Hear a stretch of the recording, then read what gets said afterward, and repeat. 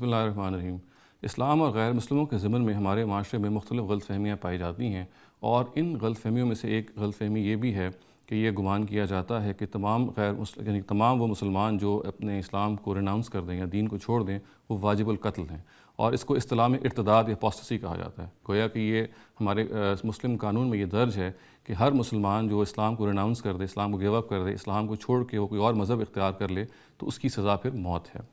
سب سے پہلے تو یہ جان لینا چاہیے کہ یہ سزا جہاں بیان ہوئی ہے وہ ایک روایت ہے، اور یہ روایت ظاہر مختلف حدیثی کتابوں میں نقل ہوئی ہے، اور روایتوں کے بارے میں، حدیثوں کے بارے میں یہ بہت ضروری ہے کہ ہم اس کی اصل تلاش کریں اور اس کو قرآن اور سنت کی روشنی میں پرکھیں۔ قرآن اور سنت اسلام کے وہ ابدی اور اوریجنل سورسز ہیں، جبکہ حدیث جو ہے ظاہر ہے کہ وہ اس کی روشنی میں، ان دونوں سورسز کی روشنی میں ان کو سمجھنا ضروری ہے۔ یہ جو روایت بیان ہوئی ہے، یہ بخاری مثال کے طور پہ جو اس کے الفاظ ہیں وہ یہ ہیں کہ من بدل دینہ فاقتلوہ، وہ شخص جو اپنے دین کو، یعنی دین سے یہاں مراد ظاہر دین اسلام ہے، جو دین اسلام کو ریناؤنس کرے، اس کو چھوڑ دے، اس کو قتل کر دو۔ یہ وہ روایت ہے جس کی بنیاد پہ اور جس کی وجہ سے ہماری فقہ میں اپوسٹسی یا ارتداد کی جو سزا ہے وہ موت قرار پاتی ہے۔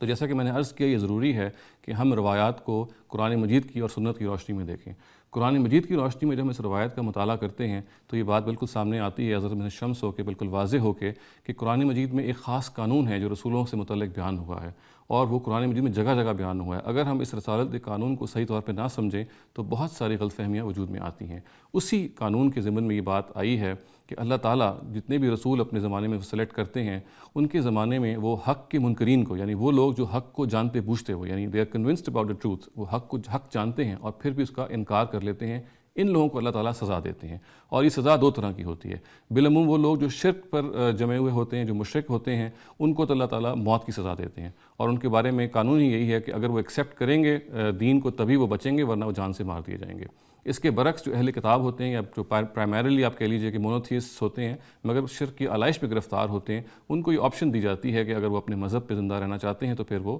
ایک خاص قانون کے تحت جزیہ دے کے زندہ رہیں گے، سبسرونٹ بن کے زندہ رہیں گے، اور ورنہ پھر ظاہر ان کو بھی اسلام قبول کرنا پڑے گا۔ تاہم ان کو یہ فورس نہیں کیا جاتا کہ وہ دین کو چھوڑیں۔ تو یہ وہ پورا قانون ہے جو قرآن مجید میں بیان ہوا ہے، اور جس کے بارے میں مختلف لیکچرز میں عرض کر چکا ہوں کہ اس کا ایک خاص موقع اور محل ہے، اور اسی کو صحیح طور سے نہ سمجھنے کی وجہ سے بہت ساری وہ غلط فہمیاں پیدا ہو گئی ہیں جو ہم عام طور سے دیکھتے ہیں۔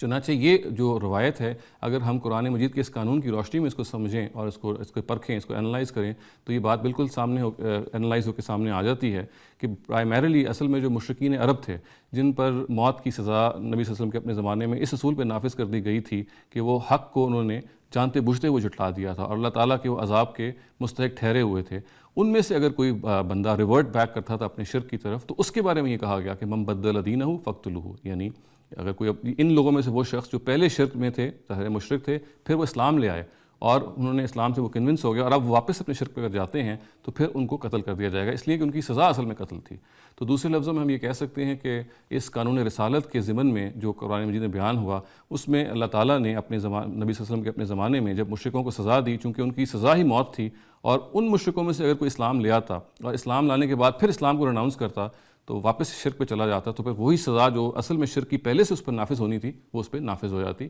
اور یہ روایت کچھ نہیں ہے مگر یہی بات کو بیان کر رہی ہے۔ چنانچہ اس روایت کے بارے میں ہمیں متنبہ رہنا چاہیے کہ یہ خاص دور سے متعلق ہے، اس کے خاص احکامات ہیں، اس کو ہم ہر اس مسلمان سے متعلق نہیں کر سکتے جو اسلام کو ریناؤنس کر دے یا اسلام کی فیض کو چھوڑ دے۔